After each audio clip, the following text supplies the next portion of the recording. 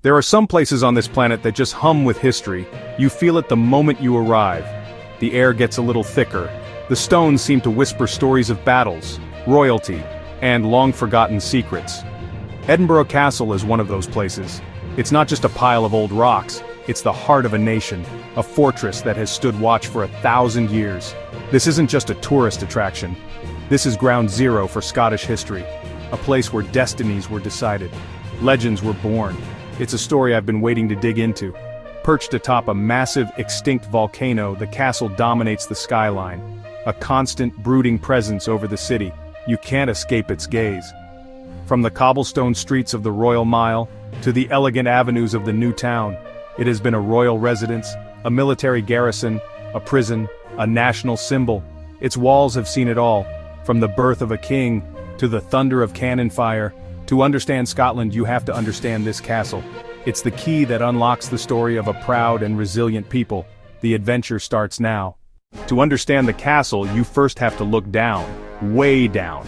The story doesn't begin with stone and mortar, it begins with fire and ice. Around 350 million years ago, a massive volcano erupted right here. What we see today as Castle Rock is the hardened basalt plug of that ancient volcano. It's the tough, erosion-resistant core. Nature itself built the perfect foundation for a fortress, a near-impregnable stronghold rising dramatically from the surrounding landscape. It was a natural gift for any king looking to build a secure base. The first signs of human activity on this rock date back to the Iron Age, nearly 3,000 years ago. Archaeologists have found evidence of a settlement, a hill fort that took advantage of the rock's defensive position. You had sheer cliffs on three sides and a commanding view for miles in every direction. No enemy could approach without being seen. St. Margaret's Chapel, which still stands today, is the oldest surviving building not just in the castle but in all of Edinburgh. This fortress is a collaboration between geological forces and human ambition. If these castle walls could talk, they would tell a story of a nation forged in conflict. Edinburgh Castle wasn't just a bystander, it was the main stage. Its strategic importance made it the ultimate prize in the long and bloody wars of Scottish independence. In 1296, King Edward I, the Hammer of the Scots, laid siege to the castle. His massive siege engines, including the fearsome trebuchet Warwolf, pounded the walls for 3 days until the Scottish garrison surrendered. The castle fell into English hands, a devastating blow to Scottish morale. But the Scots are resilient. The castle wouldn't stay in English hands for long. In 1314, just before Bannockburn, Thomas Randolph led a daring night raid. He and about 30 of his men scaled the treacherous north face of Castle Rock, a seemingly impossible climb. They took the English garrison completely by surprise, reclaiming the fortress in a stunning display of bravery and tactical genius. To prevent the English from ever using it as a stronghold again, Robert the Bruce ordered the castle's defenses to be destroyed.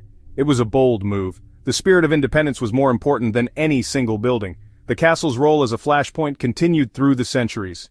A place this old is bound to have its share of famous residents, and Edinburgh Castle is no exception. Its halls have been graced by some of the most legendary figures in Scottish history. Perhaps no one is more famously associated with the castle than Mary, Queen of Scots. Her story is a whirlwind of passion politics tragedy. In 1566, within the castle's royal palace, she gave birth to her only son, James. This was a hugely significant event. James would go on to become King James VI of Scotland, and later King James I of England, uniting the crowns of two warring nations. The birth itself was fraught with drama. In a tiny wood-paneled room, she brought her heir into the world. But this moment of joy was set against a backdrop of betrayal murder.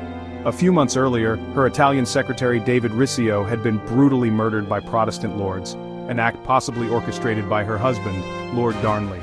The castle was both her sanctuary and her prison. After the birth, to protect the child, the infant James was lowered down the sheer cliff face of Castle Rock in a basket, a desperate attempt to get him away from political turmoil. A castle is never a static thing. It's a living structure that evolves. It adapts and changes its purpose to meet the needs of the time.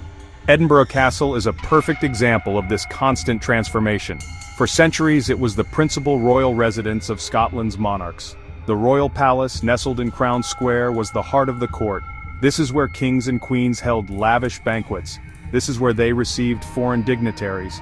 This is where they made decisions that shaped the nation. Buildings like the Great Hall were completed in 1511 for King James IV. They were designed to project power and prestige, with its magnificent hammer-beam roof and a grand fireplace. But as the political landscape shifted, so did the castle's function. The turning point came in 1603 with the Union of the Crowns. Mary's son, James VI of Scotland, inherited the English throne. He moved his court south to London. Suddenly, Edinburgh Castle was no longer the center of royal power. It became a secondary palace, visited only occasionally. Its role as a military stronghold came to the forefront.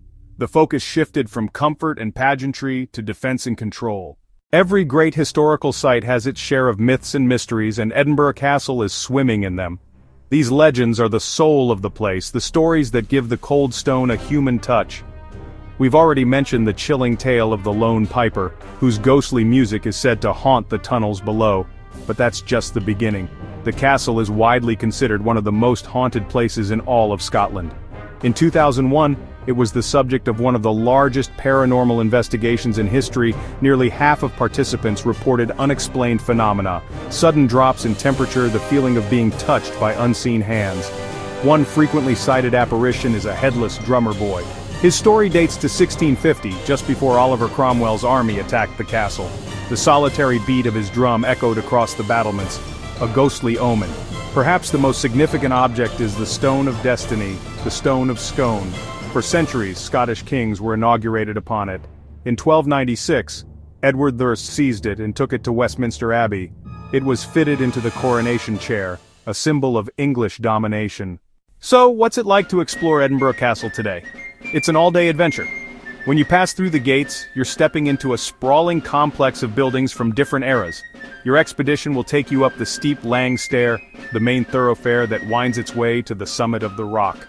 One of the first things you'll encounter are the formidable batteries and cannons that line the ramparts. The most famous of these is Mons Meg, a colossal medieval siege cannon built in 1449. This thing is a monster. It could fire a 330-pound stone ball nearly 2 miles, a terrifying weapon in its day. Standing next to it gives you a real sense of the raw power of medieval warfare. As you climb higher, you'll reach Crown Square, the highest point of the castle and its historic heart. Here, 4 key buildings surround a central courtyard. You have the Royal Palace where Mary, Queen of Scots, gave birth. You have the Great Hall with its incredible timber roof and displays of weapons and armor. You have the Scottish National War Memorial, a deeply moving and solemn building that honors the Scottish soldiers who died in modern conflicts. And finally, you have the Crown Room. This is the main event for many visitors. Inside this heavily fortified vault, you'll find the honors of Scotland, the Scottish Crown Jewels. They consist of a magnificent crown, an elegant scepter, and a massive sword of state. So after all the battles, the sieges, the royal births, and the ghostly whispers, what does Edinburgh Castle truly represent today? It's so much more than a collection of historic buildings. It is the physical embodiment of Scotland's story, a story of resilience, defiance, and an unbreakable national spirit. This castle has been attacked more than any other place in Great Britain. It has been captured, destroyed, rebuilt, and reimagined, yet it still stands. It is a powerful metaphor for the Scottish nation itself, which has endured centuries of conflict and political turmoil to maintain its unique identity. It protects the honors of Scotland and the Stone of Destiny, but it also protects the country's memory. This legacy is celebrated in spectacular fashion every August during the Royal Edinburgh Military Tattoo, gathered to perform against the breathtaking backdrop of the floodlit castle. The Lone Piper playing from the castle ramparts at the end of the show is an unforgettable image. Ultimately, Edinburgh Castle is a beacon